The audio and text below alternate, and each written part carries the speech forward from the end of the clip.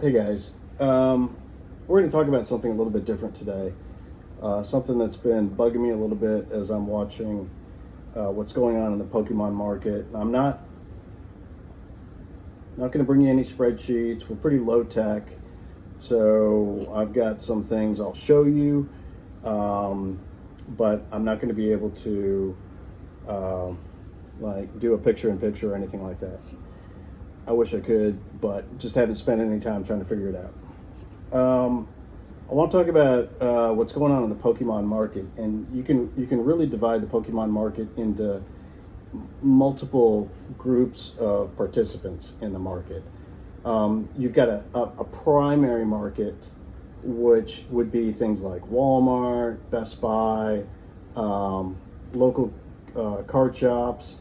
That's a primary market, and people go buy things from the primary market, and depending on if they want to keep it or whatnot, that becomes not whatnot the site, but I mean they can sell it into a secondary market like eBay or some kind of at your local card shop. They might resell it to a local card shop for them to sell it to somebody else, or there are multiple avenues, or you could go to a card show and trade cards.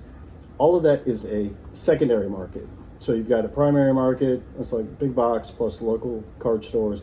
Then you have a secondary market, which is everybody else. And what I'm seeing right now in the Pokemon market are that it seems like Pokemon is not paying attention, Pokemon the company is not paying attention to all the participants in the market structure. You need all of these participants in the market structure. You need the people who play the game. That's super important. You have people that just want to collect the cards, which is cool. We're trying to put together a Paldea set right now, and it ain't easy. And then you've got people who invest for long term.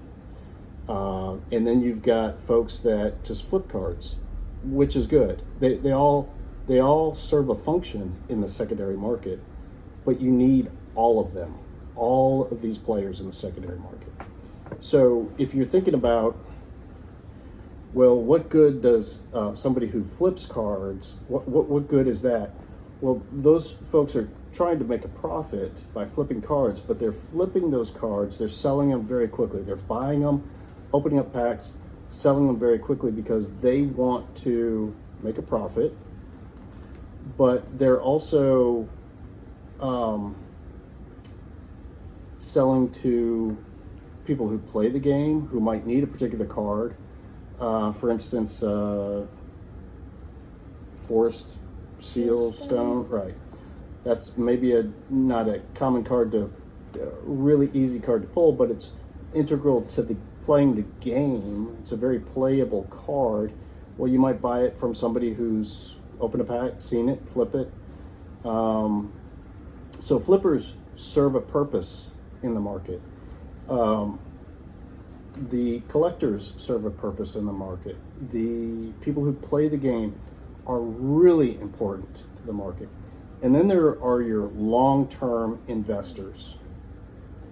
And they too are important to the overall market because they provide that price stability in the whole secondary market. They're the ones that are looking at a product and going, hey, you know what? That's a really good price.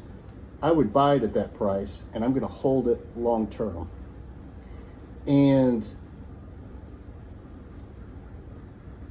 there are people that invest in individual cards, and there are a lot of people that invest in sealed product. And while we've got this Charizard UPC behind us, it's not sealed, it's open. We had fun looking at it. We've got an Arceus behind us. We're not those folks that have all the sealed product behind us. We like opening stuff, looking at it, appreciating the artwork, putting together a collection. That's kind of where we fit into the hobby. However, if you are a long-term investor, you have to be concerned about the reprints that are happening. The Lost Origin, the Fusion Strike, the all of the reprints. There are so many local card shop owners on YouTube that are talking about this issue.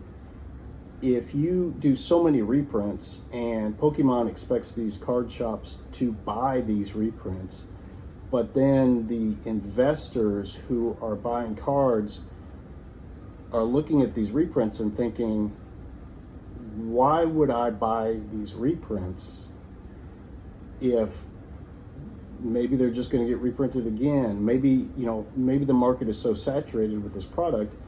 Why would I want to buy and hold things? Why would I want to provide a support to the whole secondary market if they're just going to keep reprinting things?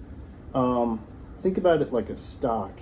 If you buy a stock in a particular company, but then that company just keeps issuing stock, well, yours becomes worth less and less and less and less the more that they print. And you don't want to own that company. Everybody wants to sell it.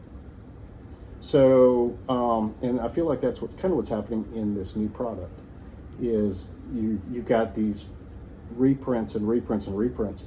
And I don't understand why Pokemon doesn't put on the cards like they used to do back in 1999. They put a 1 on the outside of the pack, so you know it's first edition. And or think about those cards back then where it would say first edition on it. We've even seen Japanese cards that have a 1 on the cards, indicating that they're a first edition. Or it might be or there might be variations with subsequent editions, like think about the shadowless versus the ones with the shadow, or there might be some kind of change. But you could put on there like a little number 2 or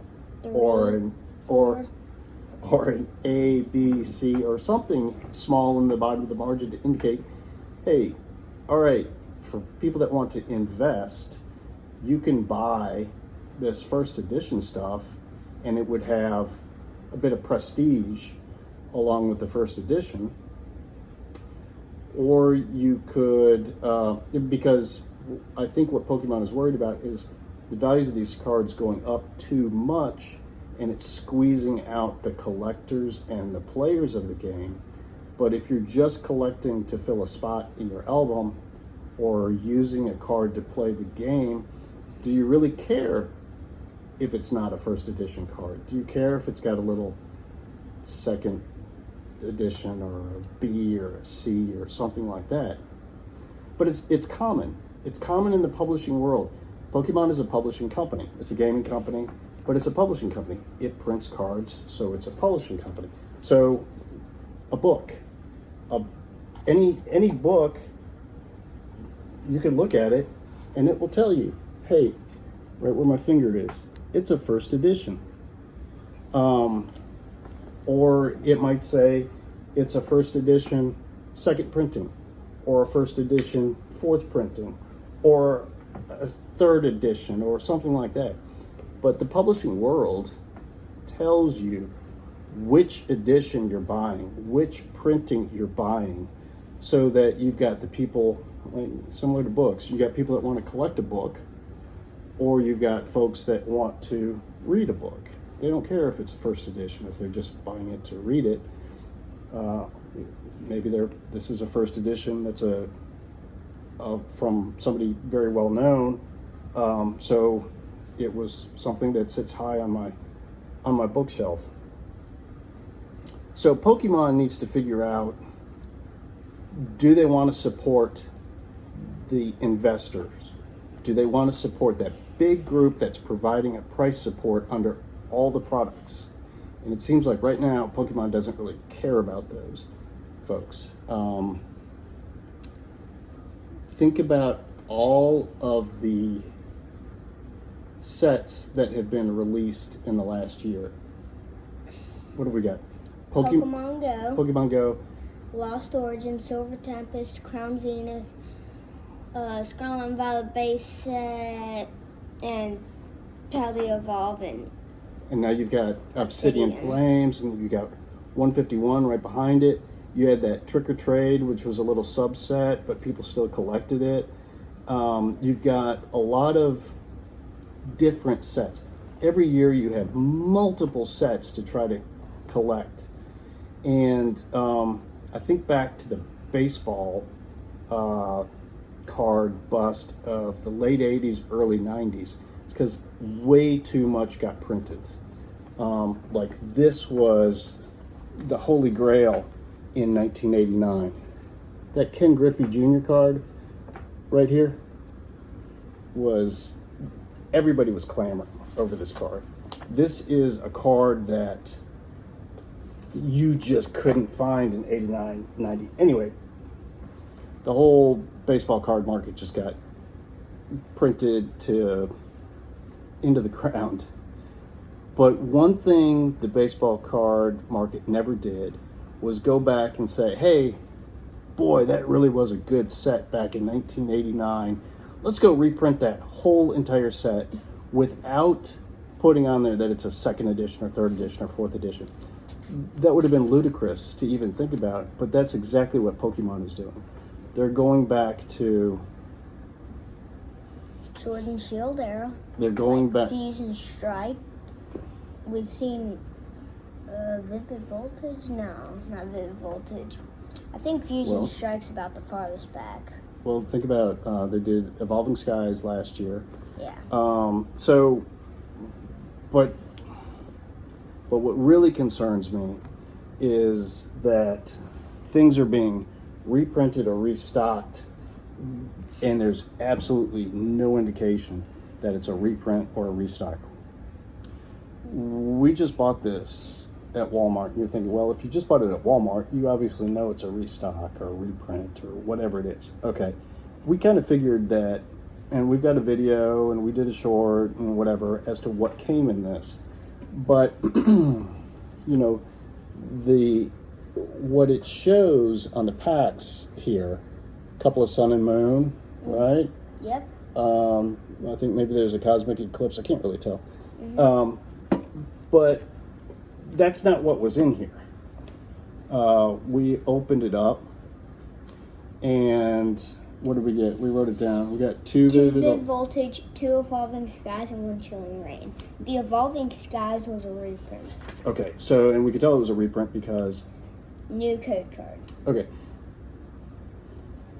Okay, fine. But the real problem here is that this is called the Fall 2020 Collector's Chest. And Evolving Skies and Chilling Reign didn't exist in the fall of 2020. There is no indication on this product. There's actually a copyright date on the bottom that says 2020. You've got packs that would have been from the original stocking of this fall 2020 item. And I'll give you an example real quick of what I'm talking about here. This is... Oh, there it is. This is this item on Pokemon Center. And you can clearly see that it's called the Fall 2020 Collector's Chest. And those are your packs. A couple of Sun and Moon. 2 Darkness Ablaze, 1 Sword and Shield base set, 1 Sun and Moon base set, and one Sun and Moon Burn Shadows. So if you are a sealed Pokemon collector, and you can see right there it says Pokemon TCG Collector Chest Fall of 2020.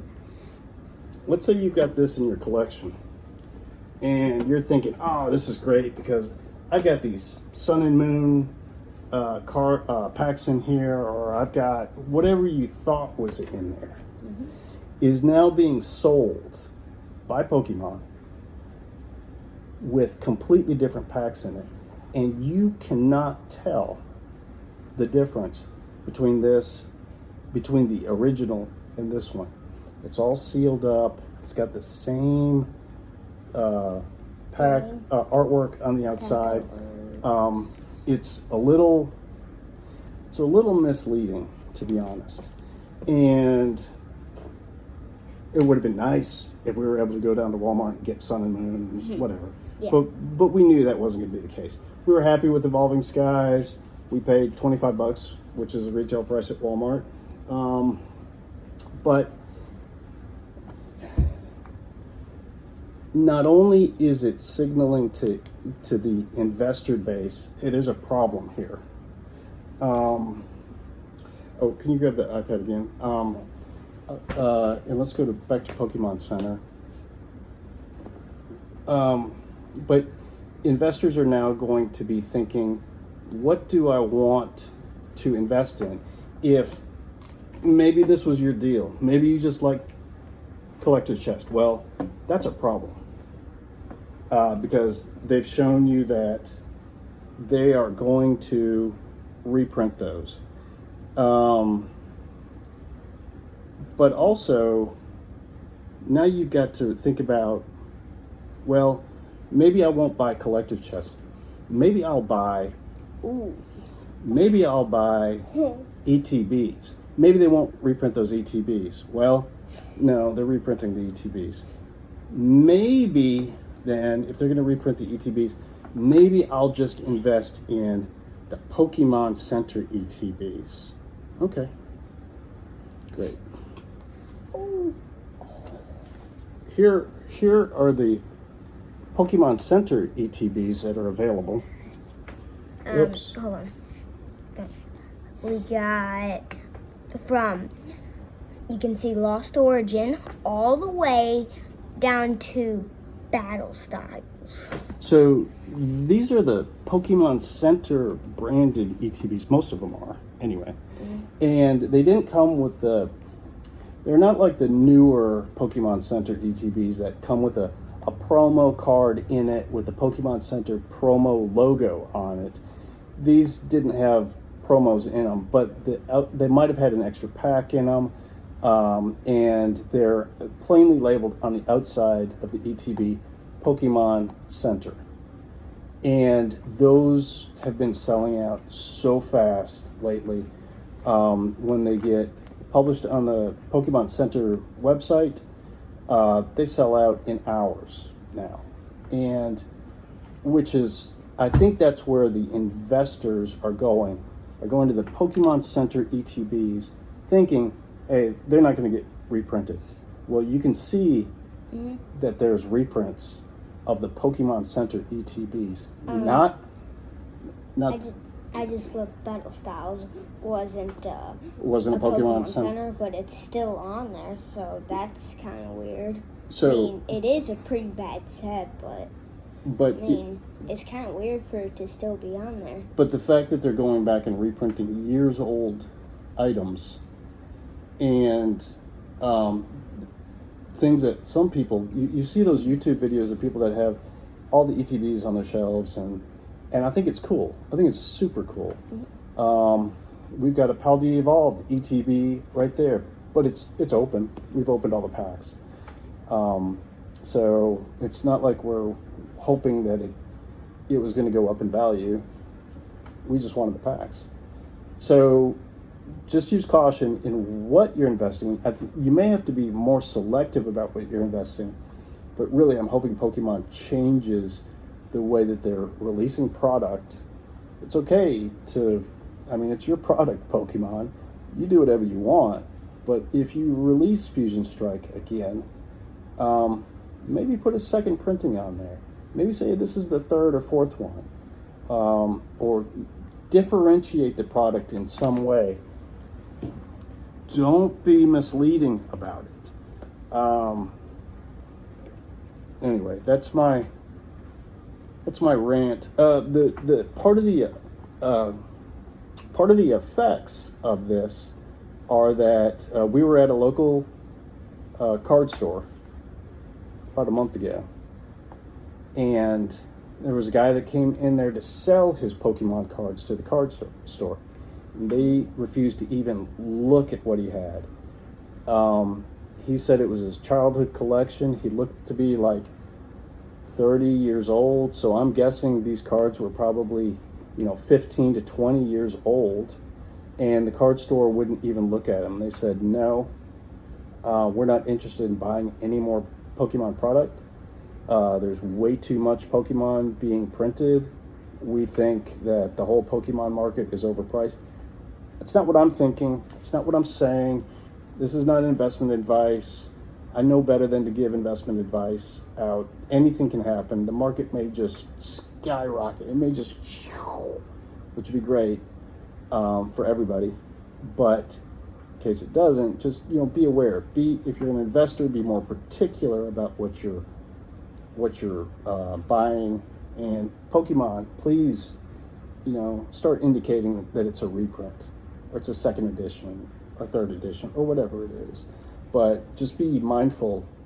You don't want to alienate any segment of the secondary market. It's an ecosystem that works so well together, and it functions and thrives, and we all want it to continue to function and thrive. So that's where we are. And thanks. If you made it this far, thank you. Like and subscribe. Would you please like and subscribe? We have a lot of fun doing this. We want to continue doing it. So we appreciate the whole Pokemon community. This has been super fun. Okay, guys. Thanks for watching. Bye. See y'all.